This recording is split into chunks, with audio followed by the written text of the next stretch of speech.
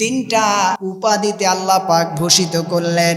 একটা হচ্ছে সাইয়্যিদুল মুরসালিন, আপনি সকল নবীদের সরদার। ইমামুল মুত্তাকিন, আপনি সকল মুত্তাকি খোদাবিরু মানুষের নেতা। রহমাতুল লিল আলামিন, আপনাকে আমি আল্লাহ পাক গোটা সৃষ্টি রাজির মাখলুকাতের জন্য রহমত হিসেবে বানিয়ে দিলাম। বলেন সুবহানাল্লাহ। 17তম পারার 10তম পৃষ্ঠার সূরাতুল হজ্জের ভিতরে আল্লাহ পাক ইরশাদ করেছেন, আল্লাহ পাক বলেন ওয়া মা আরসালনাকা ইল্লা রাহমাতাল লিল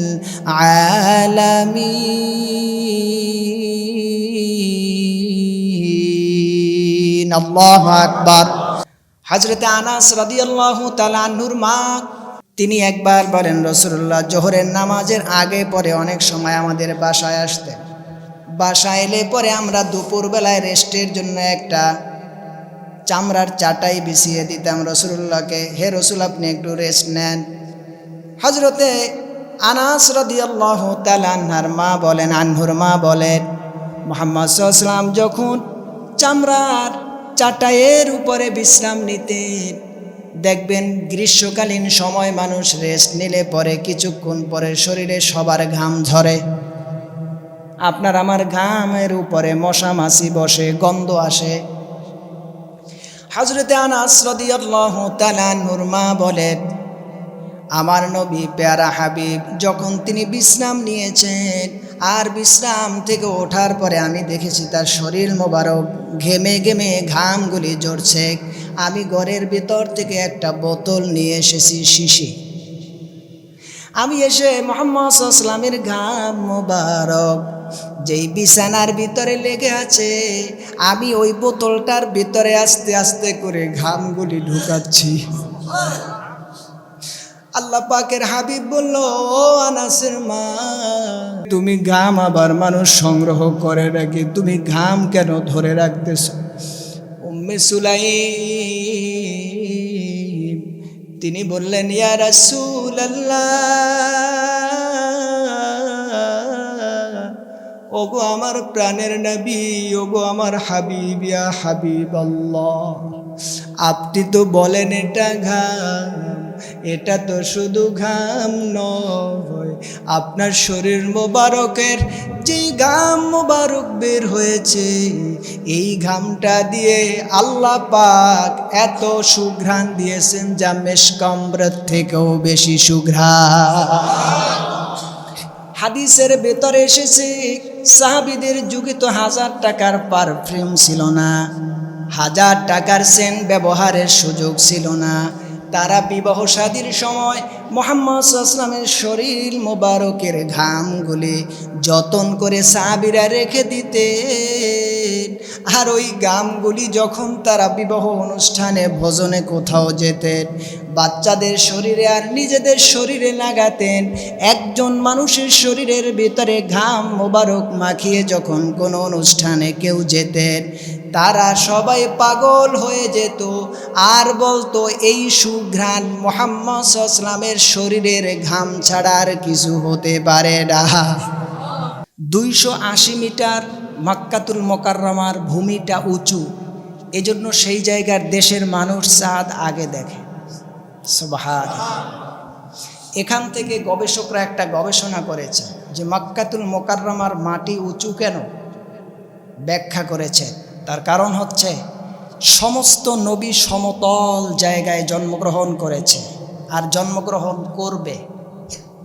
এদের সাথেই যদি একই সমতল ভূমিতে মুহাম্মদ সাল্লাল্লাহু আলাইহি ওয়াসাল্লাম জন্মগ্রহণ করে, তাহলে তাদের আর তার পার্থক্য কোথায়? সেজন্য সমতল সব ভূমি থেকে মুহাম্মদ সাল্লাল্লাহু আলাইহি ওয়াসাল্লামের জন্মভূমিকে 280 মিটার উঁচুতে আল্লাহ পাক মুহাম্মদ সাল্লাল্লাহু আলাইহি ওয়াসাল্লামের জন্ম দিয়েছে। শুরুটাই ব্যতিক্রম। আল্লাহ রাব্বুল ইজ্জাত ওয়াল জালাল কুরআনুল কারীমের 30তম পারার সূরাতুত তিনের ভেতরে আল্লাহ পাক ইরশাদ করেছেন, আল্লাহ পাক বলেন, والتين والزيتون وطور سينين وهذا البلد الأمين এই যে হাদাল বালাদিল আমিন, হাদা মানে এই, বালাদ মানে শহর, আমিন মানে নিরাপত্তার নগরী। এই নিরাপত্তার নগরী কোন নগরী? পৃথিবীর সব শ্রেণীর, কি আগের যুগের, কি মধ্য যুগের, কি আধুনিক যুগের সকল তাফসীর কারক একমত, হাদাল বালাদিল আমিন বলতে পবিত্র মক্কাতুল মুকাররমা, যেই জায়গায় মুহাম্মদ সাল্লাল্লাহু আলাইহি ওয়াসাল্লাম জন্মগ্রহণ করেছেন, ওই জায়গার কসম আল্লাহ পাক নিজে খেয়েছে। আমার প্রিয় ভাইয়েরা, আল্লাহ রাব্বুল ইজ্জাত ওয়াল জালাল কুরআনুল কারীমের সূরাতুল বালাদের ভিতরে তিনি ইরশাদ করেছেন, আল্লাহ পাক বলেন, লা উকসিমু বিহাদাল বালাদ ওয়া আনতা হিল্লুম বিহাদাল বালাদ। এই বালাদ বলতো মুহাম্মদ সাল্লাল্লাহু আলাইহি ওয়াসাল্লামের পবিত্র মক্কা নগরীর কসম আল্লাহ পাক খেয়েছে, বলেন সুবহানাল্লাহ। আমার প্রিয় ভাইয়েরা, আল্লাহ পাকের হাবিব, এই পৃথিবীতে যত নবী রাসূল এসেছেন, কারো ব্যাপারে এভাবে স্পষ্ট পাওয়া যায় না যে তিনি দুনিয়ায় আসার সময় মায়ের গর্ভ থেকে কিছু পড়তে পড়তে এসেছেন। কিন্তু আপনার আমার হাবিবে কিবরিয়া মায়ের গর্ভ থেকে যখন দুনিয়ায় তাশরিফ নিতেছিলেন, সিরাত প্রণেতাগণ উল্লেখ করেছেন, তখন মুহাম্মদ সাল্লাল্লাহু আলাইহি ওয়াসাল্লামের জবান মোবারক থেকে উচ্চারণ হচ্ছে আল্লাহু আকবার, সুবহানাল্লাহ। তখন তিনি উচ্চারণ করে বলছেন, আল্লাহু আকবার কাবীরা ওয়ালহামদুলিল্লাহি হামদান কাসীরা ওয়া সুবহানাল্লাহি বুকরাতাও ওয়া আসীলা। সুবহানাল্লাহ। আল্লাহ পাকের বড়ত্ব, আল্লাহ পাকের পবিত্রতা, আল্লাহ পাকের প্রশংসা গীতি মুহাম্মদ সাল্লাল্লাহু আলাইহি ওয়াসাল্লাম দুনিয়ায় সর্বপ্রথম মায়ের রেহেম থেকে আসার সময় এই বাক্য উচ্চারণ করতে করতে সিজদায় অবনমিত অবস্থায় আল্লাহ পাকের হাবিবকে ধরা দমের ভিতরে তিনি পাঠিয়েছেন, বলেন সুবহানাল্লাহ। আমার প্রিয় ভাইয়েরা, মুসা আলাইহিস সালাতু ওয়াস সালামকে আল্লাহ পাক তুরে ডাকলেন, ফাখলা'না আলাইক, মুসা তুমি আমার সান্নিধ্য আর আমার পক্ষ থেকে তাওরাত কিতাব নেয়ার জন্য তুর পর্বতে আসো। আপনারা সবাই জানেন, হজরতে মুসা যখন তুর পর্বতে ওঠা শুরু করলেন, আল্লাহ পাক বললেন, ফাখলা'না আলাইক, তোমার পায়ের নিচে যে দুটো জুতা আছে খোলো, খোলার পরে আমি যেই তুর পর্বতে আসতে বলেছি সেখানে আসো, আসার পরে আমার নূর দেখো, আমার সাথে কথা বলো।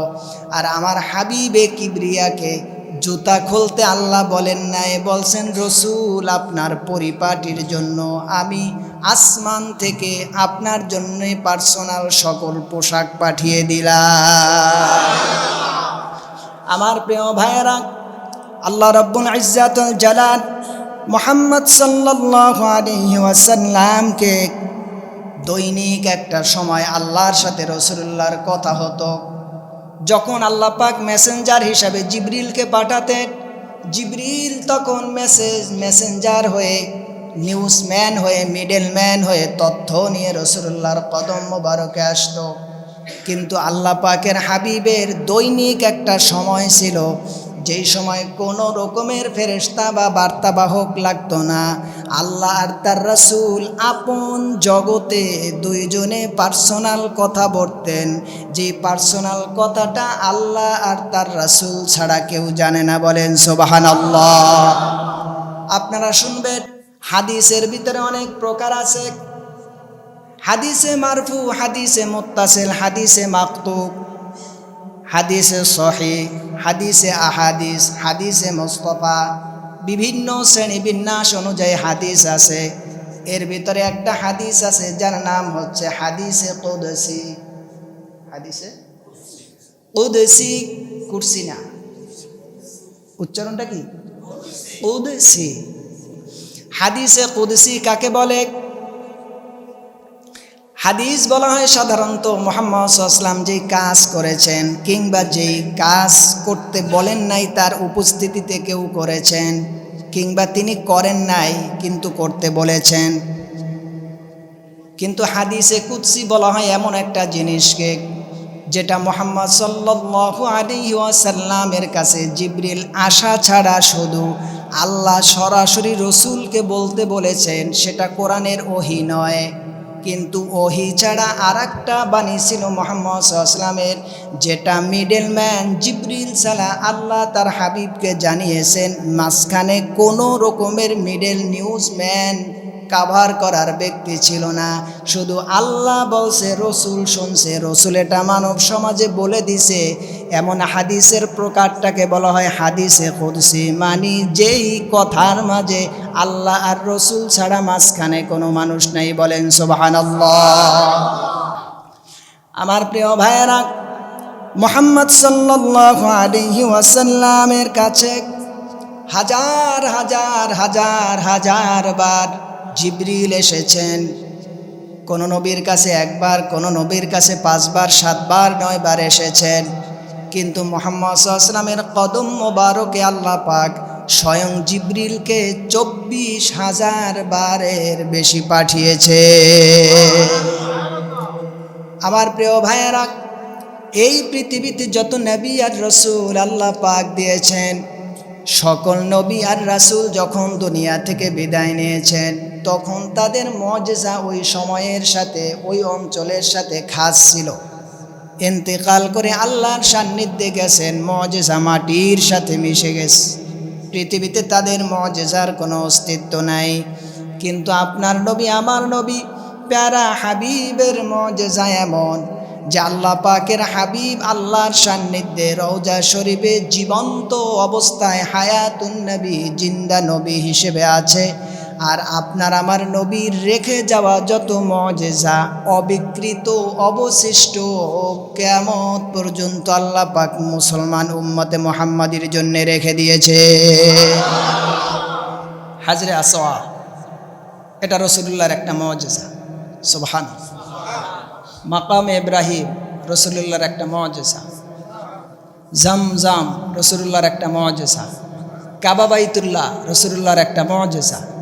মিনা, মুজদালিফা, আরাফা রাসূলুল্লাহর একটা মুজিজা। সুবহানাল্লাহ। শুধু কি তাই? নিশ্চয় নয়। যারা হজ করেছেন, এখানে হজ করেছেন কয়জন? একটু হাত তোলেন তো। প্রায় 10-এর ঊর্ধ্বে আছেন আপনারা। হাজী সাহেবরা যারা গিয়েছেন, মুহাম্মদ সাল্লাল্লাহু আলাইহি ওয়াসাল্লামের ব্যবহৃত বীরে মাউন একটা কূপ ছিল, আর একটা কূপ ছিল বীরে বোজা বলা হয়। রাসূল করিম সাল্লাল্লাহু আলাইহি ওয়াসাল্লাম এই কূপগুলিতে একটু থুতু মোবারক নিক্ষেপ করেছিলেন। এখন থেকে ১৫০০ বছর আগের সেই মরুভূমির কূপে এখনো পানি নিঃশেষ হয় নাই। সুবহানাল্লাহ। কি এক আশ্চর্য ব্যাপার! মরুভূমির ভেতরে পানি শূন্য মানুষ ত্রাহি ত্রাহি করে মারা যায়। আর মুহাম্মদ সাল্লাল্লাহু আলাইহি ওয়াসাল্লাম, আপনারা জানেন, আল্লাহ পাকের হাবিব যখন 12 বছরে সিরিয়ার দিকে তার চাচা আবু তালিবের সাথে যখন ব্যবসা করতে গিয়েছিলেন, সেখানে একটা গাছের নিচে হেলান দিয়েছিলেন, ঠিক না? সেই গাছের নিচে হেলান দেওয়ার মুহাম্মদ সাল্লাল্লাহু আলাইহি ওয়াসাল্লামের পিঠ মোবারক ওই গাছের সাথে লেগেছে। আজও সেই গাছ জীবিত। সেটা সবুজ বৃক্ষে আচ্ছাদিত, প্রকাণ্ড শাখা প্রশাখায় প্লম্বিত ১৫০০ বছর আগের গাছ আজও সাক্ষ্য দেয় আমার নবীর স্পর্শ হয়েছে। এজন্য ওই গাছ আজও আল্লাহ মারেন নাই। আমার প্রিয় ভাইয়েরা, আল্লাহ রব্বুল ইজ্জাত ওয়াল জালাল মুহাম্মদ সাল্লাল্লাহু আলাইহি ওয়াসাল্লামকে কি জিনিস দান করেছেন। আল্লাহ পাক বলেন, রাসূল রে, এই পৃথিবীর সব রকমের নবী বিদায় নিয়ে চলে গেছে, তাদের শরীরের ঘাম দিয়ে সুঘ্রাণ আসছে এমন তথ্য পাওয়া যায় না। হয়তো থাকতে পারে, কিন্তু আপনার নবী আমার নবীর শরীর মোবারকের ঘামটা দিয়ে সুঘ্রাণে বিমোহিত হয়ে যেত মানুষ। হযরতে আনাস রাদিয়াল্লাহু তাআলা আনহুর মা তিনি একবার বলেন, রাসূলুল্লাহ জোহরের নামাজের আগে পরে অনেক সময় আমাদের বাসায় আসতেন। বাসায় এলে পরে আমরা দুপুরবেলায় রেস্টের জন্য একটা চামড়ার চাটাই বিছিয়ে দিতাম রাসূলুল্লাহকে, হে রাসূল আপনি একটু রেস্ট নেন। হযরতে আনাস রাদিয়াল্লাহু তাআলা আনহুর মা বলেন মুহাম্মদ সাল্লাল্লাহু আলাইহি ওয়াসাল্লাম যখন চামড়ার চাটাইয়ের উপরে বিশ্রাম নিতেন, দেখবেন গ্রীষ্মকালীন সময় মানুষ রেস্ট নিলে পরে কিছুক্ষণ পরে শরীরে সবার ঘাম ঝরে। আপনার আমার ঘামের উপরে মশা মাছি বসে, গন্ধ আসে। হযরতে আনাস রাদিয়াল্লাহু তাআলা আনহুর মা বলেন আমার নবী প্যারা হাবিব যখন তিনি বিশ্রাম নিয়েছেন আর বিশ্রাম থেকে ওঠার পরে আমি দেখেছি তার শরীর মোবারক ঘেমে ঘেমে ঘামগুলি ঝরছে। আমি ঘরের ভিতর থেকে একটা বোতল নিয়ে এসেছি, শিশি। আমি এসে মুহাম্মদ সাল্লাল্লাহু আলাইহি ওয়াসাল্লামের ঘাম মোবারক যেই বিছানার ভিতরে লেগে আছে, আমি ওই বোতলটার ভিতরে আস্তে আস্তে করে ঘামগুলি ঢুকাচ্ছি। আল্লাহ পাকের হাবিব বলল, ও আনাসের মা, তুমি ঘাম আবার মানুষ সংগ্রহ করে রাখি, তুমি ঘাম কেন ধরে রাখতেছ? উম্মে সুলাইম তিনি বললেন, ইয়া রাসূলুল্লাহ, ওগো আমার প্রাণের নবী, ওগো আমার হাবিব, ইয়া হাবিবাল্লাহ, আপনি তো বলেন এটা ঘাম, এটা তো শুধু ঘাম নয়, আপনার শরীর মোবারকের যেই ঘাম মোবারক বের হয়েছে, এই ঘামটা দিয়ে আল্লাহ পাক এত সুঘ্রাণ দিয়েছেন যা মেশকাম্বরের থেকেও বেশি সুঘ্রাণ। হাদিসের ভেতরে এসেছে সাহাবীদের যুগে তো 1000 টাকার পারফিউম ছিল না, 1000 টাকার সেন্ট ব্যবহারের সুযোগ ছিল না। তারা বিবাহ শাদীর সময় মুহাম্মদ সাল্লাল্লাহু আলাইহি ওয়াসাল্লামের শরীর মোবারকের ঘামগুলি যতন করে সাহাবীরা রেখে দিতেন। আর ওই ঘামগুলি যখন তারা বিবাহ অনুষ্ঠানে ভোজনে কোথাও যেতেন, বাচ্চাদের শরীরে আর নিজেদের শরীরে লাগাতেন। একজন মানুষের শরীরের ভিতরে ঘাম মোবারক মাখিয়ে যখন কোনো অনুষ্ঠানে কেউ যেতেন, তারা সবাই পাগল হয়ে যেত আর বলতো এই সুঘ্রাণ মুহাম্মদ সাল্লাল্লাহু আলাইহি ওয়াসাল্লামের শরীরের ঘাম ছাড়া আর কিছু হতে পারে না। এই পৃথিবীর ভিতরে মানুষ প্রাকৃতিক প্রয়োজনগুলি যখন সারে, ওই পেশাবের উপরে মশা বসে, মাছি বসে। সকালবেলা রাসূলুল্লাহ বললেন, আমার রাতের বেলায় পেশাবগুলি আমি ত্যাগ করেছিলাম, আমার পেশাবগুলি দাও, ফেলে দিব। সাহাবী বললেন, ইয়া রাসূলুল্লাহ, ইয়া হাবিবাল্লাহ রে, এটা তো আমার রাতের বেলায় পিপাসায় ধরেছে, তখন আমি ঢক ঢক করে খেয়ে ফেলেছি, আশেপাশে খুঁজেছি কোনো পানি পাই না, ভেবেছি পানি, তাই খেয়ে ফেলেছি। রসুল বললেন, কি করেছো? এটা তো পানি না, এটা তো আমার পেশাব ছিল।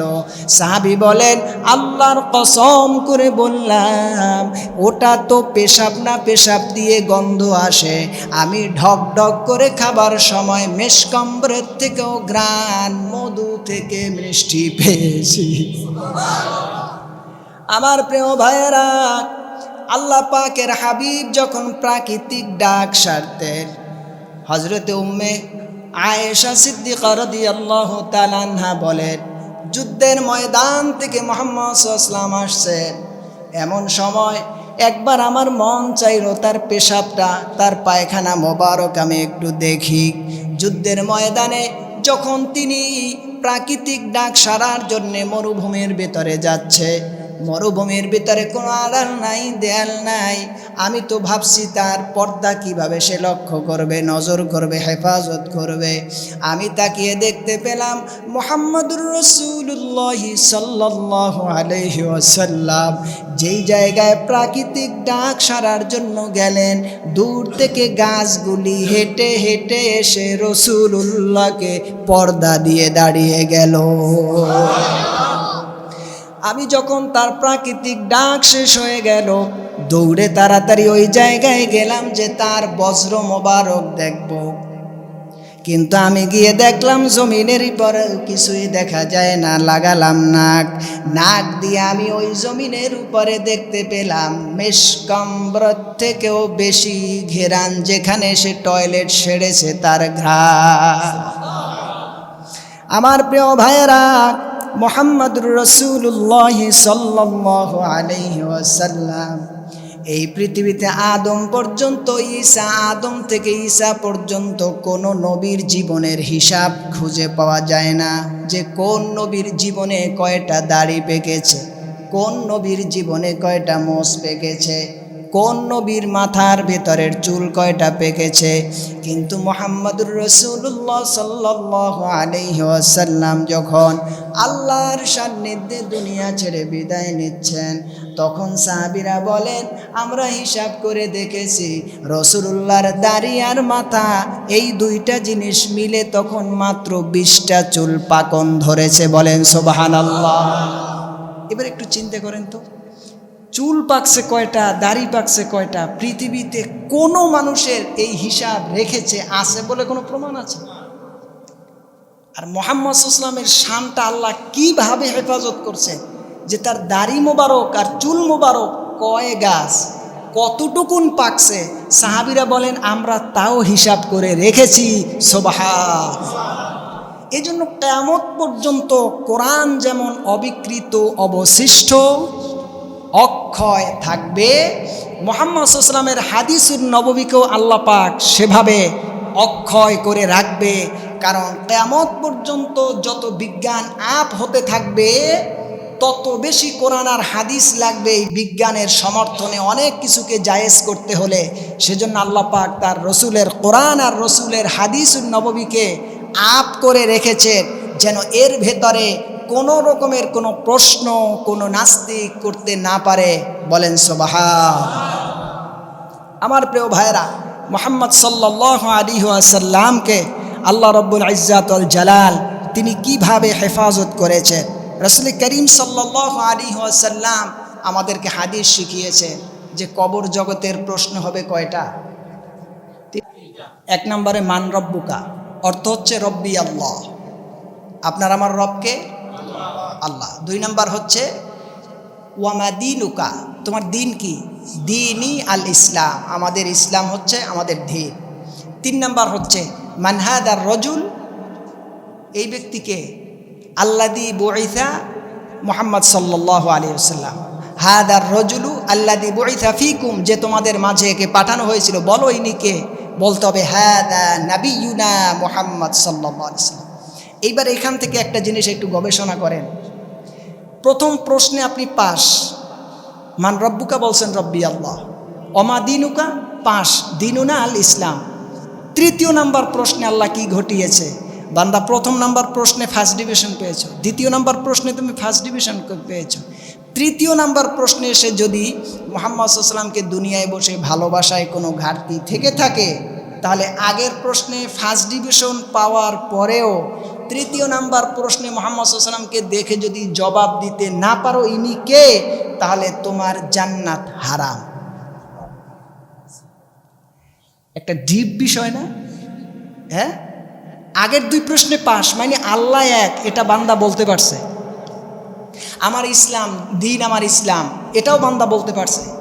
কিন্তু মানহাদার রজুল, এই লোককে, এটা যদি বান্দা বলতে না পারে, ওর জান্নাত না ওর জাহান্নাম ওয়াজিব। বলেন নাউযুবিল্লাহ। তার মানে রসুলকে যে যত চিনবে, রসুলকে যে যত জানবে, রসুলকে যে যত ভালোবাসবে, তার নাজাতের পথ খুব সহজ। রসুলকে যে যত শত্রুতা, হিংসা আর বিদ্বেষ অন্তরে লালন করবে, সে যাই হোক, যা কিছু করুক, যত বড় সে পাণ্ডিত্য অর্জন করুক, ওর জান্নাতের রাস্তা প্রতিবন্ধক হয়ে থাকবে প্রতিটি পদে পদে, কারণ রসুল ছাড়া নাজাতের কোনো উপায় নাই। বলেন সুবহান। আমার প্রিয় ভাইয়েরা, আল্লাহ রব্বুল ইজ্জাত ওয়াল জালাল মুহাম্মদ সাল্লাল্লাহু আলাইহি ওয়াসাল্লামকে যতগুলি মুআজিজা দিয়েছেন, এর ভিতরে অন্যতম একটা বিষয় হচ্ছে আল্লাহ পাক তার মুহাম্মদ সাল্লাল্লাহু আলাইহি ওয়াসাল্লামকে সবার আগে বানিয়ে পাঠিয়েছেন সবার পরে। বাবা আদম বলেছেন, বাবা আদমকে লক্ষ্য করে মুহাম্মদ সাল্লাল্লাহু আলাইহি ওয়াসাল্লাম বলেছেন, ওয়া ইন্নী আদাম লামুন জাদিলুন ফি তিনাতিহি ওয়া সাউখবিরুকুম বিআউয়ালি আমরি ওয়া বিশারাতু ঈসা ওয়া রুয়া উম্মি আল্লাতী রাআত হিনা ওয়াদাআতনি মিন্নু ওয়াদাআত লাহা মিন্নু কুসুরুশ শাম। আল্লাহ পাকের হাবিব বলেন, মুহাম্মদ সাল্লাল্লাহু আলাইহি ওয়াসাল্লাম আমি দেখেছি আদম যখন মাটির ভিতরে, আগুনের ভিতরে, বাতাসের ভিতরে ভিন্ন ভিন্নভাবে আছে, এখনো একত্রিত হয় নাই, আমি আল্লাহর কাছে তখন থেকে নবী। বাবা আদম অস্তিত্বেই আসে নাই, মাটি এক জায়গায়, পানি আর এক জায়গায়, আগুন আর এক জায়গায়, বাতাস আর এক জায়গায়, চার জিনিস চার জায়গায়। তখন থেকে আমি আমার আল্লাহর কাছে নবী। আর আমি বাবা আদমরে দেখছি আদম হিসেবে মাটির সাথে, বাতাসের সাথে, আগুনের সাথে আলাদা আলাদা গড়াগড়ি খায়, এখনো খামির বা মাটির আকার তৈরি হয় না। আমার প্রিয় ভাইয়েরা, আল্লাহ রব্বুল ইজ্জাত ওয়াল জালাল মুহাম্মদ সাল্লাল্লাহু আলাইহি ওয়াসাল্লামকে কি এক চমৎকার বিষয় দিয়েছেন। আল্লাহ পাক বলেন, মাইয়ুতি'ইর রাসূলা ফাকাদ আতা'আল্লাহ। আমি আমার রসুলের সম্মানটাকে কিভাবে বুলন্দ করেছি বান্দা জানোস নি? মাইয়ুতি'ইর রাসূলা, যেই ব্যক্তি আমার রসুলের আনুগত্য করলো সে যেন সরাসরি আমি আল্লাহর আনুগত্য করলো। যেই ব্যক্তি আমার রসুলের আনুগত্য করলো না, আমার রসুলের আনুগত্য থেকে বিমুখ হয়ে গেল, আমার আল্লাহর ঘোষণা হয়ে গেছে ওই ব্যক্তির জন্যে আমি আল্লাহ জান্নাতকে হারাম, জাহান্নামকে তার জন্যে ওয়াজিব করে দিলাম। আমার প্রিয় ভাইয়েরা, সকল নবী ছিলেন আঞ্চলিক, সময়ের সাথে সম্পৃক্ত। এক একটা ভূখণ্ডের সাথে এক একজন নবীকে আল্লাহ পাক সম্পৃক্ত রেখেছিলেন, কিন্তু মুহাম্মদ সাল্লাল্লাহু আলাইহি ওয়াসাল্লামকে আল্লাহ পাক বানিয়েছেন। কি বানিয়েছেন? আল্লাহ পাক যতটা জগৎ সমূহের স্রষ্টা, আল্লাহ তার হাবিবকে ততটা জগৎ সমূহের জন্যে রসুল বানিয়েছেন। মেরাজ তিনি কেন ঘটিয়েছেন? মেরাজ ঘটানোর এটা একটা প্রমাণ। ওই যে বলেছিলাম, মুসাকে বললেন তুরে আসো, জুতা খোলো, তারপরে আমার নূর দেখো, আমার সাথে কথা বলো, তাওরাত কিতাব নিয়ে যাও। আর আপনার আমার হাবিবে কিবরিয়া মুহাম্মদুর রাসূলুল্লাহ সাল্লাল্লাহু আলাইহি ওয়াসাল্লামকে আল্লাহ পাক ধুলক বুলক ছাড়িয়ে সাত আকাশ পেরিয়ে সবার উপরে সিদরাতুল মুনতাহার উপরে আল্লাহ পাক তারও উপরে মুহাম্মদ সাল্লাল্লাহু আলাইহি ওয়াসাল্লামকে নিয়ে প্রমাণ করেছেন, রসুল রে আপনার কদম মুবারকের নিচে সাত আসমান আর সাত জমিনকে হাদিয়া করে দিলাম। হাদিসে পাকের ভেতরে এসেছে, আল্লাহ পাকের হাবিব যখন প্রথম আসমান, দ্বিতীয় আসমান, তৃতীয় আসমান, চতুর্থ আসমানকে ওভারকাম করে যখন ষষ্ঠ আসমানে গেলেন, ষষ্ঠ আসমানের ভেতরে তিনি দেখতে পেলেন সিদরাতুল মুনতাহার বড়ই গাছ। সিদরাতুল মানে বড়ই গাছ, মুনতাহা মানে শেষ, বর্ডারের শেষ সীমান্তে যেই গাছ, এই সিদরাতুল মুনতাহার ষষ্ঠ আসমান থেকে একটা গাছ। এই গাছের মাথা এত উঁচু যে সপ্তম আসমানে এর মাথা গিয়ে পৌঁছে গেছে। এর এক একটা ডালাপালা শাখা প্রশাখা এত বড় যে একটা পাতা হাতির কানের থেকে বড়। এর ভিতরে আল্লাহ পাক অনেক কিছু লিপিবদ্ধ করে রেখেছেন। আমি যেটা আপনাদের খেদমতে তুলে ধরতে চাচ্ছি সেটা হচ্ছে সব ফেরেশতাদের পাওয়ার হচ্ছে সপ্তম আসমান পর্যন্ত যেতে পারে। সব ফেরেশতা আবার সপ্তম আসমান পর্যন্ত যেতেও পারে না। একমাত্র জিবরিলে আমিন সপ্তম আসমান পর্যন্ত যেতে পারে, তার উপরে আর কোনো ফেরেশতাও যেতে পারে না। তার উপরেই হচ্ছে আল্লাহ পাকের লামাকান লাজামাত 70,000 নূরের পর্দা, তার উপরে কি আছে আল্লাহ ছাড়া কেউ জানে না। এর উপরে আল্লাহ পাকের আরশুর রহমান, এই আরশে আজিমের উপরে আল্লাহ পাকের কুরসি। সুবহানাল্লাহ। আল্লাহ পাক 3তম পারার 1ম পৃষ্ঠার সূরাতুল বাকারার ভিতরে ইরশাদ করেছেন, আল্লাহ পাক বলেন ওয়াসিআ কুরসিয়ুহুস সামাওয়াতি ওয়াল আরদ, গোটা আসমান আর জমিনকে পরিবেষ্টন করে রেখেছে আমার কুরসি। অথচ আরশের তুলনায় কুরসি হচ্ছে মাত্র একটা হাতের আংটির মতো। আল্লাহ পাক তার হাবিবের সম্মানটাকে কেমন করে বুলন্দ করেছেন। আল্লাহ পাকের হাবিবকে 7 আসমান 7 জমিনের উপরে নিয়ে তার উপরে লা মাকান আর লা জামান, মানে যেখানের কোনো বয়স নাই, যেখানের কোনো কাল নাই, যেখানের কোনো টেন্স নাই, কিচ্ছু নাই, সময় নাই, যেখানের কোনো হিসাবের মানুষের কোনো জ্ঞান নাই, এটাকে বলা হয় লা মাকান লা জামান। এর উপরে 70,000 নূরের পর্দা, একটা থেকে আর একটা 500 বছরের দূরত্ব। এভাবে করে আল্লাহ পাক তার উপরে তার আরশে আজিমকে রেখেছেন। আরশে আজিমে নিয়ে আল্লাহ পাক তার হাবিবকে বললেন, হুজুর গো, আপনার কদম মোবারকে 7 আসমান 7 জমিনের সব কিছু হাদিয়া করে আমি আপনারে খুশি করতে চাই। আপনি খুশি হয়েছেন নি? ইয়া রাসূলুল্লাহ, ইয়া হাবিবাল্লাহ, আপনার মনটা আমি খুশি করাইতে পারছি নি। আল্লাহ পাকের হাবিব বললেন, আপনি তো আমারে ধুলির ধরা থেকে ধুলক বুলক ছাড়িয়ে 7 আকাশ পেরিয়ে আমারে এত উপরে নিয়ে এসেছেন। আমি একা এসেছি, আমার উম্মত তো আসতে পারল না। ও রসুল, আপনারে এত কাছাকাছি আনলাম, এত কাছাকাছি আনার পরেও আপনার মুখটা বেজার কে? আপনি দেখবেন, আপনি যেই দোকানে বাকি খান, হাল খাতা যখন হয় আপনি সব টাকা পেড করেন। পেড করার পরে যদি দোকানদার জ্ঞান থাকে, সে যদি কয়টা একটা পোটলা দিয়ে বলে এটা আপনার নাতির, আপনারে খাইতে দিলে আপনি যে খুশি, তার থেকে ওই নাতিরে দিছে পরে খুশি কম না বেশি? যদি বলে এটা আপনার ছোট ছেলে, ওরে নিয়ে এই মজাটা দিবে, আপনারে না খাওয়ালেও সমস্যা নাই, ওরে মনে করে দোকানদার দিছে, আপনি যতদিন হুঁশ আছে এই দোকানের সদায় ছাড়বেন না, ঠিক না? তার মানে আপনার নাতিরে, আপনার ছোট ছেলেরে একটা গিফট দিয়ে আপনাকে সে ক্রয় করে নিছে, ঠিক না? এটা মার্কেটিং জ্ঞান। আল্লাহ পাক যখন মুহাম্মদ সাল্লাল্লাহু আলাইহি ওয়াসাল্লামকে খুশি করতে চাইলেন, আল্লাহ পাক বললেন, হুজুর রে, সব কিছুর উপরে আপনি রসুলকে নিয়ে এসেছি, আমি আমার খাস কামরায় আপনাকে নিয়ে এসেছি। ওয়ান নাজমি ইদা হাওয়া মা দাল্লা সাহিবুকুম ওয়া মা গাওয়া ওয়া মা ইয়ানতিকু আনিল হাওয়া। আল্লাহু আকবার।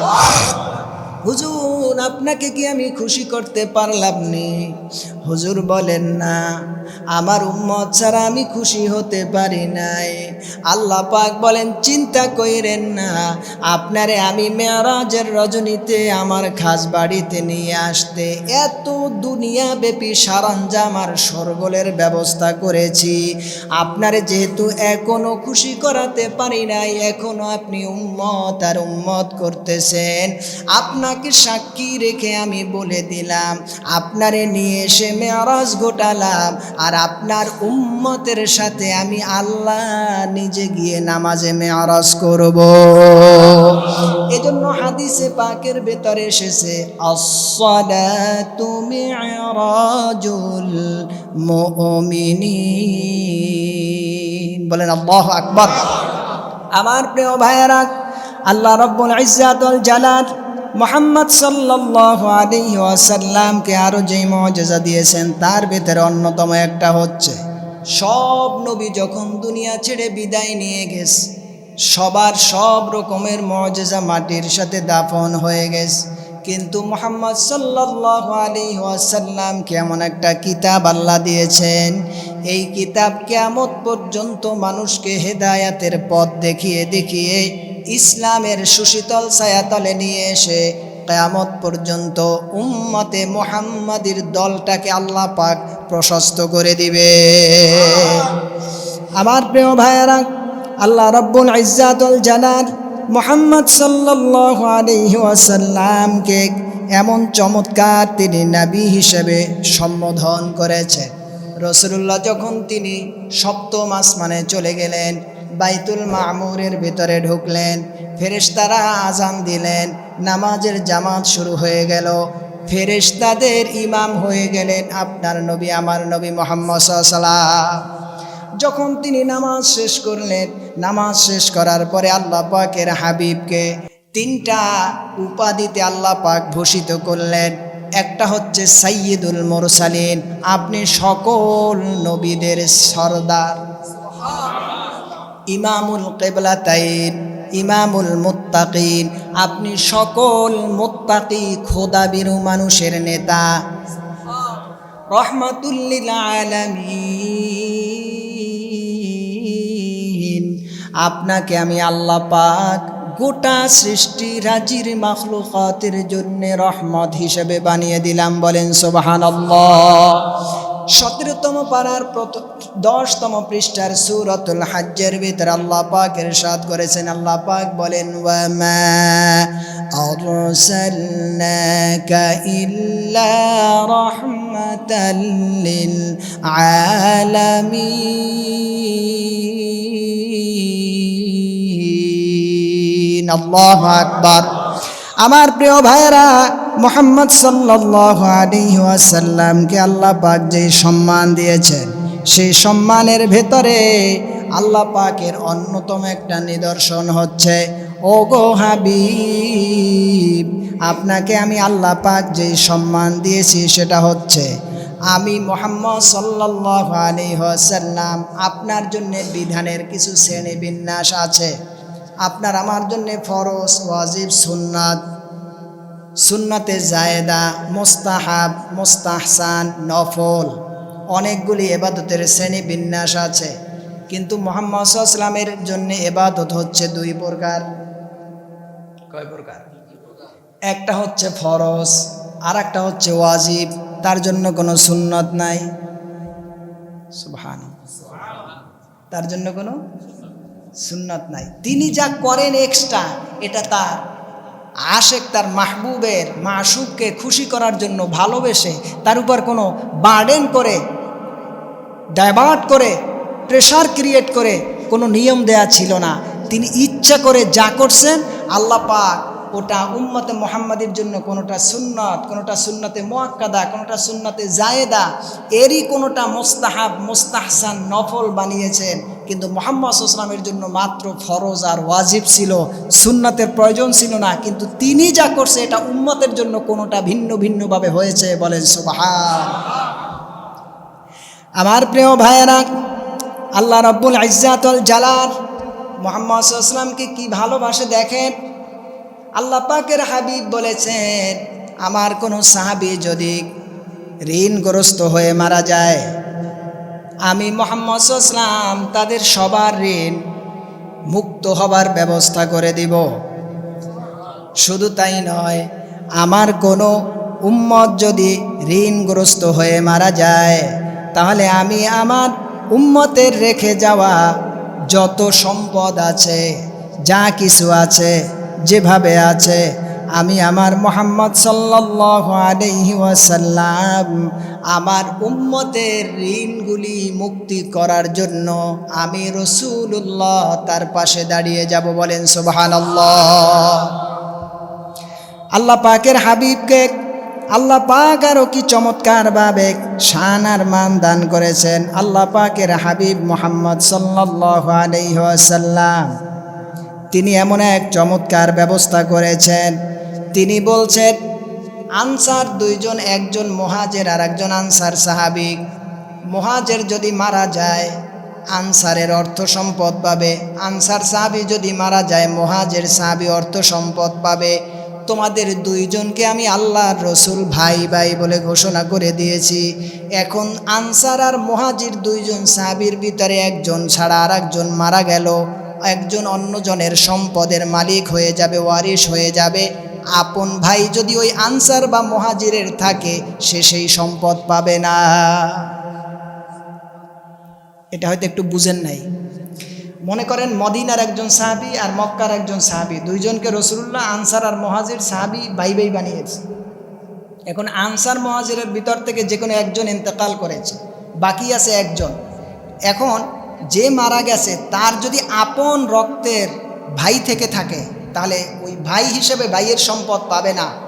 ওই যে আনসার মুহাজির রাসূলুল্লাহ ভাই বানিয়ে দিয়েছে, একজনের সম্পদ আর একজনে পাবে, আপন ভাইও পাবে না। মানে রাসূলুল্লাহর পাওয়ারটা কি, ভাই বানিয়ে দিয়েছে, এখন আপন ভাই ক্যান্সেল, আনসার মুহাজির তার একে অপরের সম্পদ পাবে। সুবহানাল্লাহ। আমার প্রিয় ভাইয়েরা, আল্লাহ রাব্বুল ইজ্জাত ওয়াল জালাল মুহাম্মদ সাল্লাল্লাহু আলাইহি ওয়াসাল্লামকে কি এক ব্যবস্থা করেছেন। তিনি বলেন আমি রসুল যতক্ষণ না পর্যন্ত জান্নাতের ভিতরে প্রবেশ করব ততক্ষণ পর্যন্ত কোনো মানুষ কোনো নবী জান্নাতে পৌঁছতে পারবে না। আমি রসুল জান্নাতে প্রবেশ না করা পর্যন্ত কোনো নবী ওলি গাউস কুতুবের জন্য জান্নাতের দরজা খোলা হবে না। বলেন সুবহানাল্লাহ। আমার প্রিয় ভাইয়েরা, মুহাম্মদ সাল্লাল্লাহু আলাইহি ওয়াসাল্লামের রওজা মোবারক বাইতুল মামুরে যেই ৭০,০০০ ফেরেশতারা নামাজ পড়ে তারা ট্রান্সফার হয়ে কাবা বাইতুল্লাহ আসে। কাবা বাইতুল্লাহ মামুর থেকে আসা ৭০,০০০ ফেরেশতারা তাওয়াফ করে আসমানে চলে যায় না। ওই ৭০,০০০ ফেরেশতা তারা মক্কাতুল মুকাররমা থেকে মদিনাতুল মুনাওয়ারায় ৭০,০০০ ফেরেশতা তাওয়াফ করতে চলে যায়। আমার প্রিয় ভাইয়েরা, মুহাম্মদ সাল্লাল্লাহু আলাইহি ওয়াসাল্লামকে আল্লাহ রাব্বুল ইজ্জাত ওয়াল জালাল কি সম্মান দিয়েছে। আপনি যদি এখন নামাজ পড়েন, নামাজের ভিতরে যদি তাশাহুদের সালাম না দেন, দরুদ শরীফ যদি না পড়েন, আপনার নামাজ হবে না। আপনি মোনাজাত করতেছেন, মোনাজাতের ভিতরে আপনি মোনাজাতের আগে কিংবা মোনাজাতের ভিতরে দরুদ শরীফ পড়েন নাই। আল্লাহ পাকের হাবিব বলে যেই ব্যক্তি মোনাজাতের আগে কিংবা ভিতরে দরুদ শরীফ রাসূলুল্লাহর উপরে না পড়বে, ওই ব্যক্তি যত রকমের যত সিস্টেমের চোখের পানি ভিজে বুক ভাসিয়ে যত দোয়া করুক, ওই দোয়াটা আল্লাহ পাকের আরশে আজিমে পৌঁছে না। আমার প্রিয় ভাইয়েরা, মুহাম্মদ সাল্লাল্লাহু আলাইহি ওয়াসাল্লামকে কিয়ামতের ময়দান আল্লাহ পাক কেন ঘটাবেন?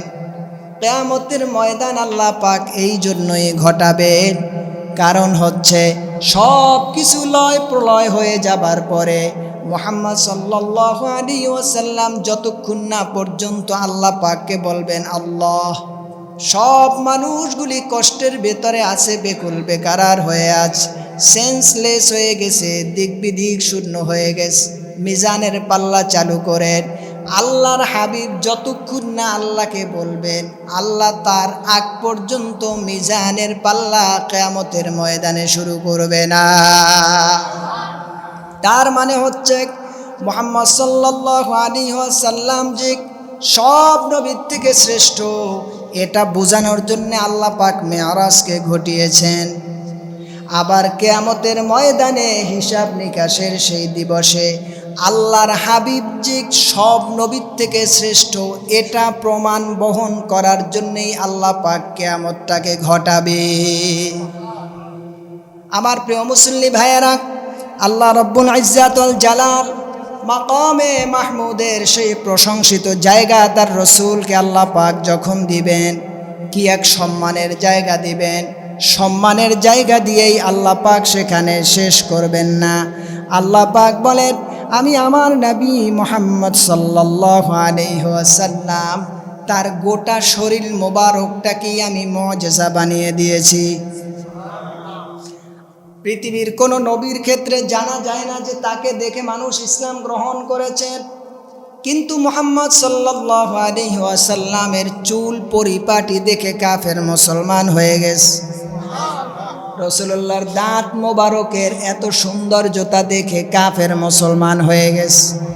মুহাম্মদ সাল্লাল্লাহু আলাইহি ওয়াসাল্লামের চরিত্রে বিমুগ্ধ হয়ে অমুসলিমগুলি মুসলমান হয়ে গেছে। এজন্য তিনি কখনো নরম, কখনো গরম, কখনো তিনি আরাম করেছেন, আবার প্রয়োজনে তিনি না খেয়ে দিন ও রাত্র অতিক্রম করেছেন। গোটা জীবনীটাকে আল্লাহ পাক উম্মতের জন্য আদর্শ বানিয়ে দিয়েছে। বলেন সুবহানাল্লাহ। আমার প্রিয় ভাইয়েরা, আল্লাহ পাকের হাবিব মুহাম্মদুর রাসূলুল্লাহ সাল্লাল্লাহু আলাইহি ওয়াসাল্লামের চমৎকার আর একটা বিষয়, আর সেটা হচ্ছে কোরআনুল কারীমকে আল্লাহ পাক 7 পদ্ধতিতে পড়া জায়েজ করেছেন। কয় পদ্ধতি? যেটাকে বলা হয় 7 কেরাত। 7 পদ্ধতিতে কোরআন পড়া জায়েজ। বিজ্ঞ কারি যারা, তারা 7 পদ্ধতিতে পড়তে পারেন। ওই হাদিসের ব্যাখ্যায় আমি দেখেছি যে আল্লাহ তো এক সিস্টেমে কোরআন পড়তে দিলেই পারতেন, তবে 7 পদ্ধতিতে কেন দিলেন? ব্যাখ্যায় লিখেছে যে মুহাম্মদ সাল্লাল্লাহু আলাইহি ওয়াসাল্লামের উম্মতরা বিভিন্ন দূর দূরান্তে থাকবে, তাদের উপরে বার্ডেন হয়ে যায় এমন যেন না হয়। সেজন্য এক পদ্ধতিতে দিলে সবার জন্য কষ্ট হয়ে যাবে। এজন্য আল্লাহ পাক কোরআনের মতন কিতাবকে উম্মতি মুহাম্মাদির জন্য রাসূলুল্লাহর ভালোবাসায় 7 কেরাতে পড়া মুহাম্মদ সাল্লাল্লাহু আলাইহি ওয়াসাল্লামের জন্য সহজ করে দিয়েছেন। বলেন সুবহান। আমার প্রিয় ভাইয়েরা, আল্লাহ রব্বুল ইজ্জাতুল জালাল মুহাম্মদুর রাসূলুল্লাহ সাল্লাল্লাহু আলাইহি ওয়াসাল্লামকে কেন্দ্র করে তিনি বলেন, ইব্রাহিম নবীকে তিনি ডেকেছেন খলিলুল্লাহ বলে, তাকে হাবিবুল্লাহ বলেন নাই। খলিলুল্লাহ বলা হয় যিনি তার মাশউককে খুশি করার জন্যে তিনি পাগল পারা হয়ে তার কথাগুলি মানতে থাকেন। আর মুহাম্মদ সাল্লাল্লাহু আলাইহি ওয়াসাল্লামকে আল্লাহ পাক হাবিবুল্লাহ বানিয়েছেন। হাবিবুল্লাহ বলা হয় স্বয়ং আল্লাহ যেই রসুলকে খুশি করার জন্য একটার পর একটা অফার দিয়েছে। আমার প্রিয় ভাইয়েরা, যারা হজ করেছেন তারা দেখেছেন মুহাম্মদ সাল্লাল্লাহু আলাইহি ওয়াসাল্লামের রওজা মোবারক আর মসজিদুন নববীর যে মেম্বার মাঝখানের জায়গারে কি কয়? রিয়াজুল জান্নাহ। রিয়াজুল জান্নাহ না? রিয়াজুল জান্নাহটা কেন? রিয়াজুল জান্নাহ মুহাম্মদ সাল্লাল্লাহু আলাইহি ওয়াসাল্লামের রওজা শরীফ থেকে যে জায়গাটুকু রিয়াজুল জান্নাহ আল্লাহ পাক বানিয়ে দিয়েছেন, এটা উম্মতে মুহাম্মাদের ভালোবাসার কারণে আল্লাহ পাক তার হাবিবের সম্মানকে বুলন্দ করে দেবার জন্যে রিয়াজুল জান্নাত এই মাটিটাকে সরিয়ে জান্নাত থেকে একটা খণ্ড এসে এই পৃথিবীর ভিতরে জান্নাতের জায়গা বানিয়ে দিয়েছে।